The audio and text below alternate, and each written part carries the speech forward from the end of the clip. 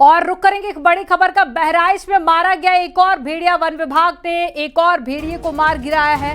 कैसरगंज इलाके में अब तक 3 भेड़िए मारे गए हैं। एक बड़ी खबर आपको बता रहे हैं। भेड़िए जो रिहायशी इलाकों में पहुंच रहे थे और कई लोगों पर इन भेड़ियों ने अटैक भी किया था, जिसके बाद मुख्यमंत्री योगी आदित्यनाथ ने निर्देश दिए थे कि भेड़ियों को पकड़ा जाए और अगर नहीं पकड़े जाते तो उनको शूट किया जाए।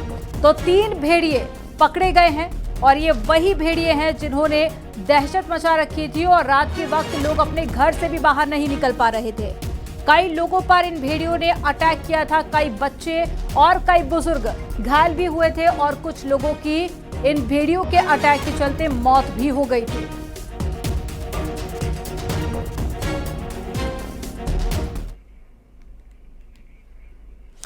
भारत से इसरो का सबसे भारी भरकम उपग्रह लॉन्च हुआ। नौसेना की संचार क्षमताओं को और भी मजबूती मिलेगी। इसरो का LVM-3 रॉकेट से 4400 किलो का सैटेलाइट लॉन्च। ये तस्वीरें भी आपको दिखा रहे हैं। तो एक बड़ी खबर, भारत ने इसरो का सबसे भारी भरकम उपग्रह लॉन्च कर दिया है। नौसेना की संचार क्षमताओं को इससे मजबूती मिलेगी। इसरो का LVM-3 रॉकेट से 4400 किलो का सैटेलाइट लॉन्च किया गया है।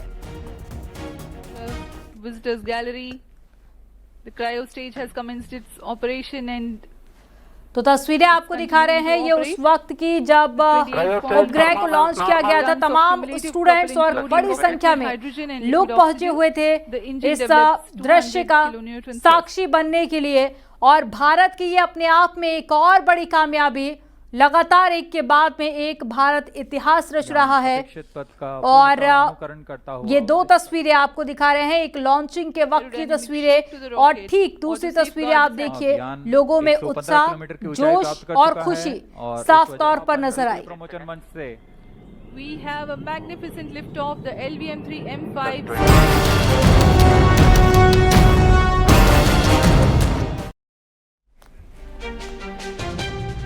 उत्तर प्रदेश में भ्रष्टाचार के खिलाफ सख्ती जारी है। सहारनपुर में विजिलेंस की बड़ी कार्रवाई देखी गई। Retired police inspector Premveer Singh Rana के ठिकानों पर छापेमारी में अब तक 14 करोड़ से ज्यादा की संपत्ति बरामद की गई है। आरोपी ने एक ही गली में 4 मकान खरीदे थे। आपको रिपोर्ट में दिखाते हैं।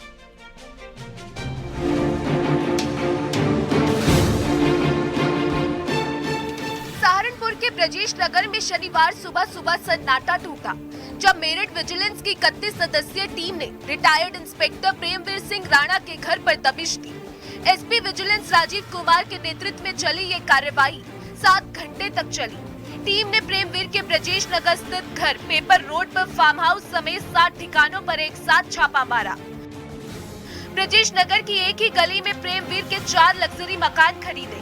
एक में वो पत्नी और बेटे के साथ रहते हैं, एक किराए पर, एक में सामान और चौथा बंद पड़ा है।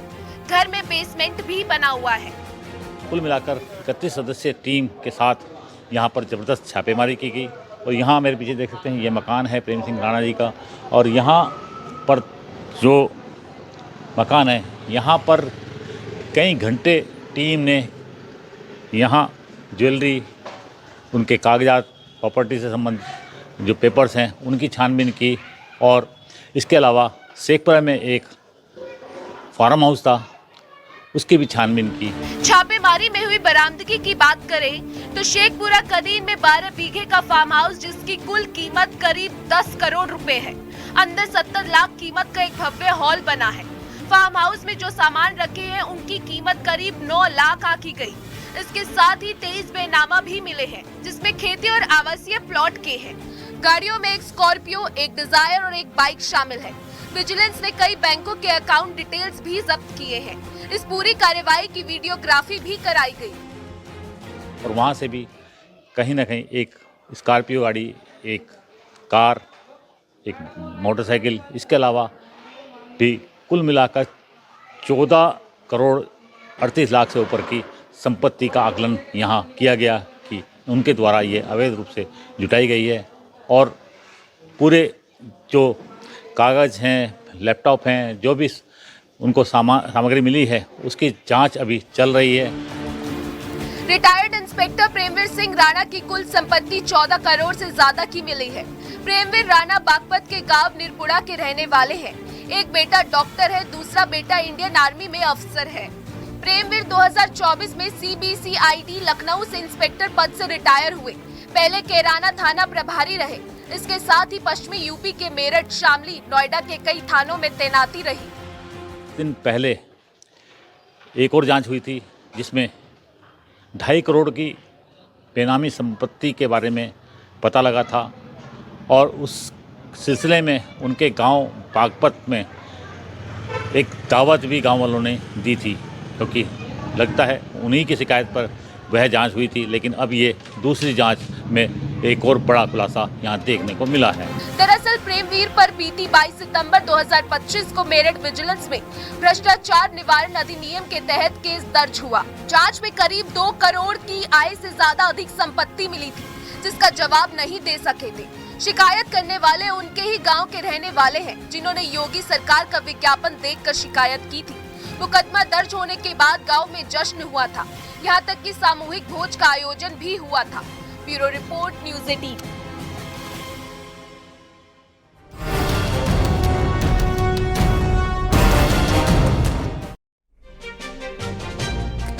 बिहार के मोकामा में चुनाव के बीच में दुलार चंद यादव की हत्या के मामले में गिरफ्तार बाहुबली अनंत सिंह को 14 दिन की न्यायिक हिरासत में भेज दिया गया।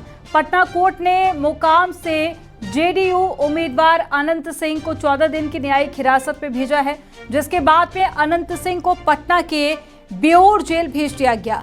जदयू उम्मीदवार एवं बाहुबली नेता अनंत सिंह को देर रात गिरफ्तार किया गया और पूरी रात से फिर से पटना तक पुलिस की हलचल काफी ज्यादा बढ़ गई। और आइए जानते हैं कि पूरी घटना की टाइमलाइन और पुलिस ने क्या क्या एक्शन लिया है।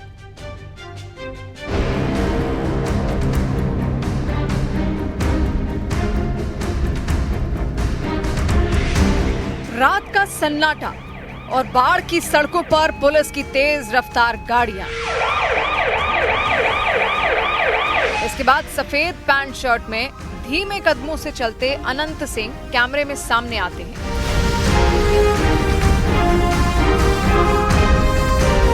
पुलिस के घेर में अनंत सिंह धीमी कदमों से आगे बढ़े और पुलिस की गाड़ी में बैठ गए। गिरफ्तारी के वक्त ना कोई समर्थक जुटा, ना कोई हंगामा हुआ। ऐसा लगा कि अनंत सिंह पहले ही तैयार थे। उन्होंने किसी तरह का विरोध नहीं किया।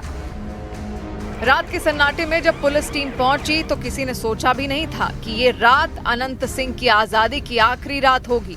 पुलिस सीधे उन्हें पटना ले गई और किसी गुप्त ठिकाने में शिफ्ट करने की प्रक्रिया शुरू की।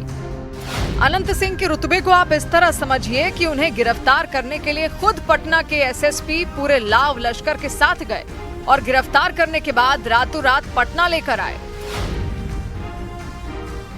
तस्वीर वहीं की है जहां पर अनंत सिंह को रखा गया है और उनके साथ 2 और उनके सहयोगियों को गिरफ्तार किया गया है। जो जानकारी मिली है उसके मुताबिक जिन 2 और लोगों को गिरफ्तार किया गया है वो जहां पर ये घटना घटी थी उस जगह पर मौजूद थे और इसके अलावा 6 और लोगों को पहले गिरफ्तार किया जा चुका है। जो दोनों तरफ के लोग थे उनमें से भी कई लोगों को हिरासत में लिया गया है जिनसे पूछताछ चल रही है। तो ये तस्वीर जो है ये पटना SSP के रंगदारी सेल का है और इसके अलावा कई ऐसे जगह हैं जहां मोकामा के टाल क्षेत्र में कल देर रात में छापेमारी हुई है और उन जो जानकारी मिली है उसके मुताबिक अब तक कई लोगों को हिरासत में लिया गया है जिनसे पूछताछ भी चल रही है।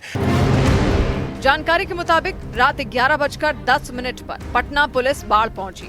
करीब 100 से ज्यादा पुलिसकर्मी आधी रात को अनंत सिंह को गिरफ्तार करने पहुंचे। रात 11:45 पर अनंत सिंह और उनके 2 साथियों को गिरफ्तार किया गया। रात 1:30 बजे पटना DM SSP ने प्रेस कॉन्फ्रेंस की और अनंत सिंह की गिरफ्तारी की पुष्टि की। जो इनकी गिरफ्तारी हुई है वो साक्ष्य के आधार जो साक्ष्य सामने आए हैं कि एक तो प्राथमिकी अभियुक्त ये थे, नाम था इनका। दूसरा कि जो कन्वॉय चल रहा था, जो प्रचार का जो कन्वॉय चल रहा था उस इनके नेतृत्व में चल रहा था। घटनास्थल के इर्द गिर्द इनकी उपस्थिति थी। तो इन सभी कारणों से प्रथम दृष्टया जो साक्ष्य है उसके आधार पर इनकी गिरफ्तारी हुई है। पुलिस पुलिस को अंदेशा था कि दिन के उजाले में अगर अनंत सिंह की गिरफ्तारी होती तो बड़ी भिड़ंत हो सकती थी। इसी वजह से कार्रवाई रात में की गई। पहले खबर थी कि अनंत सिंह सरेंडर करेंगे, पर इससे पहले कि वो ऐसा करते पुलिस ने उन्हें गिरफ्तार कर लिया। पुलिस की जांच में ये साफ हुआ कि ये मामला सिर्फ झड़प का नहीं बल्कि हत्या का है।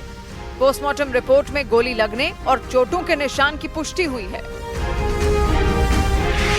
रिपोर्ट के मुताबिक दुलार चंद की मौत गोली से नहीं बल्कि गंभीर चोटों की वजह से हुई। फेफड़ा फट गया था, पसलियां टूटी थी और सीने पर कई गहरी चोटें थी। डॉक्टरों ने मौत की वजह कार्डियो रेस्पिरेटरी फेलियर बताई, यानी फेफड़ा कुचलने से फट गया था। पोस्टमार्टम रिपोर्ट सामने आते ही मोकामा में सियासी पारा हाई हो गया। हत्या के बाद से इलाके में तनाव बढ़ गया था। पुलिस को गैंग वॉर का डर सता रहा था। चुनाव आयोग भी लगातार रिपोर्ट मांग रहा था। इसी दबाव में पहले 2 थाने के प्रभारी को सस्पेंड किया गया, फिर जिले में सुरक्षा बल तैनात कर दिया गया। हालात बिगड़े। इससे पहले प्रशासन मोड में आ चुका था और फिर मौका मिलते ही देर रात बाहुबली अनंत सिंह को पुलिस ने गिरफ्तार कर लिया।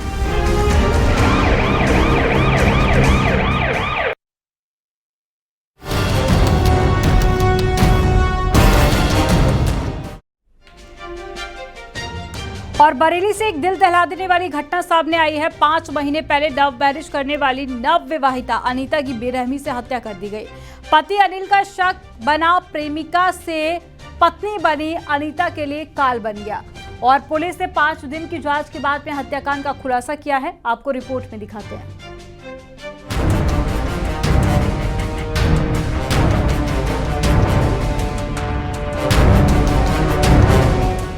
बरेली के नवाबगंज थाना इलाके के रिछोला होम सिटी कॉलोनी में 28 अक्टूबर की रात खौफनाक वारदात हुई। नवविवाहिता अनीता की घर के अंदर गला रेतकर बेरहमी से हत्या कर दी गई। लाश कमरे में बंद कर आरोपी फरार हो गया। शुरुआत में पूरी घटना को लूट डकैती का रूप देने की कोशिश की गई। परिवार वाले एक वैवाहिक कार्यक्रम में गए थे। घर खाली छोड़ा गया था, लेकिन पुलिस को शुरुआत से ही शक था कि कुछ तो गड़बड़ है। बरेली में 5 दिन पहले 28 अक्टूबर को हुई नव विवाहिता अनीता की हत्या के मामले में सनसनीखेज खुलासा हुआ है, जहां करीब 5 महीना पहले अनीता से लव मैरिज करने वाले अनिल को पत्नी पर बेवफाई का शक और इलाके में उड़ती अफवाह के चलते उसने अपने परिजनों के साथ मिलकर पत्नी की बेरहमी से गला काटकर हत्या कर दी थी। महज 5 महीने पहले ही अनीता और अनिल की लव मैरिज हुई थी, लेकिन अनिल को पत्नी के चरित्र पर शक था, जिसकी वजह से आए दिन परिवार में झगड़े होते थे, कलह मचती थी।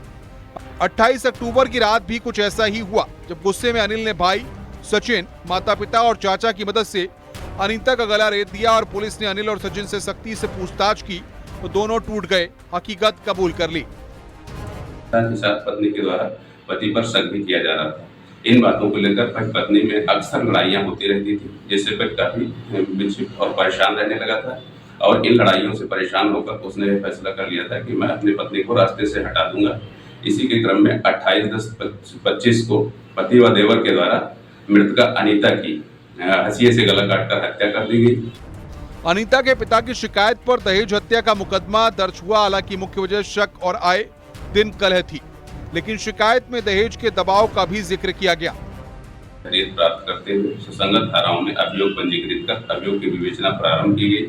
दौरान विवेचना यह तथ्य प्रकाश में आया कि मृतका अनीता की शादी करीब 1 साल पहले अनिल कुमार के साथ लव मैरिज हुई थी। शादी से परिवार वाले खुश नहीं थे और पति व परिवार वालों के द्वारा लगातार दहेज की मांग की जा रही थी और उत्पीड़न किया जा रहा था। लव मैरिज का सपना पूरा तो हो गया, लेकिन शक की आग ने सब कुछ जलाकर राख कर दिया। जिसके साथ 7 जन्मों तक साथ देने की कस्में खाई गईं, वो साथ महज 5 मिनट में ही खत्म हो गया। Bureau report, news 18।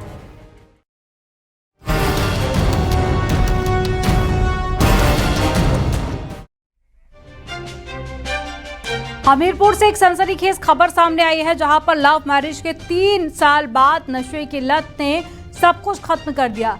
पति ने पत्नी को लोहे की रॉड से पीट कर मार डाला और लाश के साथ में 1.5 साल के मासूम को कमरे में बंद कर फरार हो गया। आपको रिपोर्ट में दिखाते हैं।